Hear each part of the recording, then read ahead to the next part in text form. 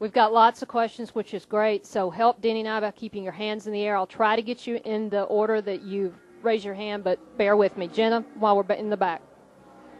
Jenna Fryer, Associated Press. Denny, the way that the talk is shaping up, it feels and seems like a lot of people consider this a two-man race, but the reality is that Kevin is right there in striking distance, and this is two very good tracks for Kevin. Where do you consider him in this race? Is he as much of a threat as Jimmy? I've never, not one time thought that this was a two-horse race. You can look at my comments every single weekend. I constantly bring up the 29 is a factor, and to me, you know, they probably, if anything, feel slighted because in the media they don't get that much recognition. But, you know, for me, I don't treat either one differently. We'll go Utter and then come back up to the front and start with Claire. Jim Utter, Charlotte Observer. Denny, one of the things your crew chief said at the end of last week's race was, I guess he kind of made it seem like that the move that Jimmy Johnson made, he said, looked more like they were winning a championship for an organization than they were for the team. The question for you is, in your case, are you not winning a championship for the Joe Gibbs Racing organization yourself? I am. It's hard for me to really understand exactly what you meant, but for me, yeah, I mean it's one team. I'm sure it's the same over there, and like I said before, with the swap of the team, the teams over there, that's if they feel like that's their best opportunity, then you know it is more about winning it for the team. I think that everyone in that shop will probably benefit if that 48 wins a championship versus nobody. So I think altogether that you know they're putting all the eggs in one basket. Same with the 29 when they did it for them. It's no different. It's important for these teams to have the championship brought home. It doesn't matter which one does it. We'll go Claire, Bruce, Pockrass, and then Dustin. Claire B. Lang, Sirius NASCAR Radio. Some people were critical, of Mike this week, saying he was cocky or that it was bad for the team, to throw all that stuff out there because that just made everybody want to get you guys worse. But what is your crew chief like? And you probably know him better than anyone. Would you describe him as that kind of guy, or is he just honest? I mean, I think he's honest. That he's the least cocky guy I know.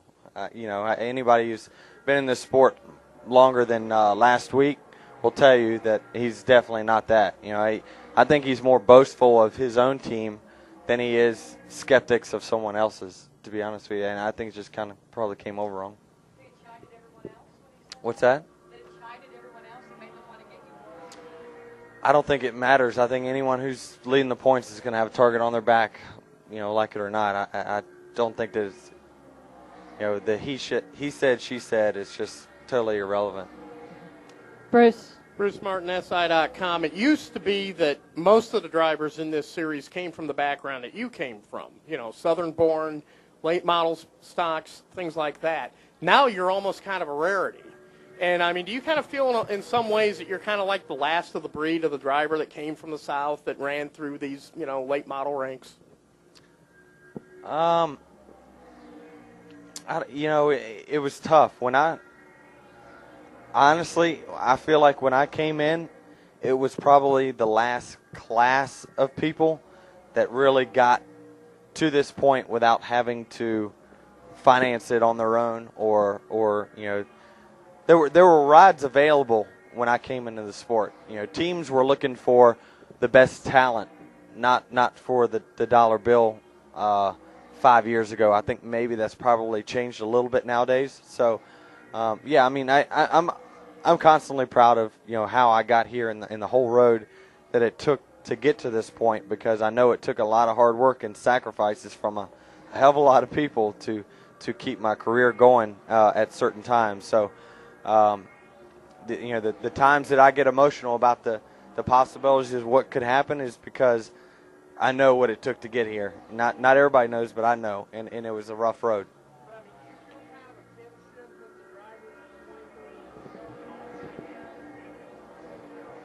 It is. I mean, the guys that I was racing with in late models are still there, and a lot of them, send me messages all the time, saying how proud they are of me to come from where I came from to to this point here and doing it by hard work. And for me, that's, pretty damn gratifying.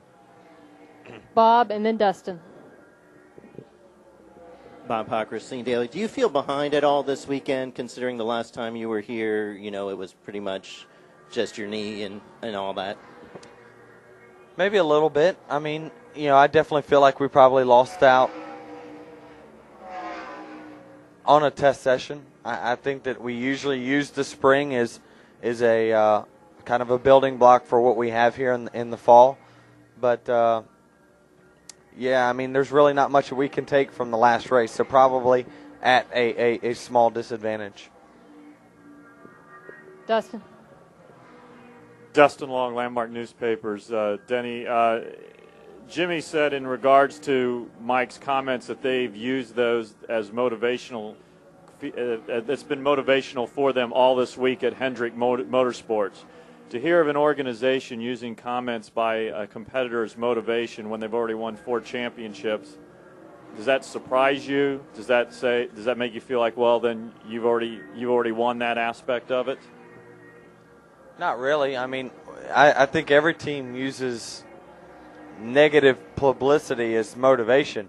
We do it every year when we, when the media sets out their projections of who's going to finish where, and one of y'all leave us out of the chase or one of y'all have us at the bottom, we post it right on the board and we say, we're going to stick it to your ass. So it's no different. Huh? I don't know. I can't remember which one of y'all had such a bad prediction. I'm sure none of y'all will raise your hand and own up to it. You? Okay. Figured. It's whatever works. To me, it's whatever works for each individual team for motivation. It's just like it's no different with pit crews. It's some teams get more motivated when they get told what they bitched out or whatever. Some teams their morale goes down. So it's just each individual team I think is different. Did we miss anybody upstairs? No? Newton has one, and then we'll check downstairs. Nothing downstairs. Newton, I think you're going to wrap it up for us. Yeah, Danny, it seems that Mike's always been the one that wants to kind of put a muffle on you to quiet you down. Some of the things you said. Were you surprised at some of the things he said last week at all? Maybe a little bit because he's just so soft-spoken. He never says really much. He never really voices much opinion, I guess, to the public, maybe to us, but not the public. So I think that was probably a big, big emotional win for him as a crew chief. And at that point when he won that race, I feel like he was pretty proud of his team. And when asked the question of, I was sitting in the media center, and when he was asked the question of, what do you think of their team versus your team, he's going to say my team's better. That's any team crew chief that doesn't have the confidence and feels like that their team's the best, then they just have no motivation and they're probably not a good crew chief. So for me, I'll stand behind anything that he says is regard to our team. It's no different. It's no different than when the whole RCR and myself thing. Kevin was sticking up for his team. Doesn't matter right, wrong, indifferent. He was sticking up for his team. I'm going to do the same for my team. It's no different.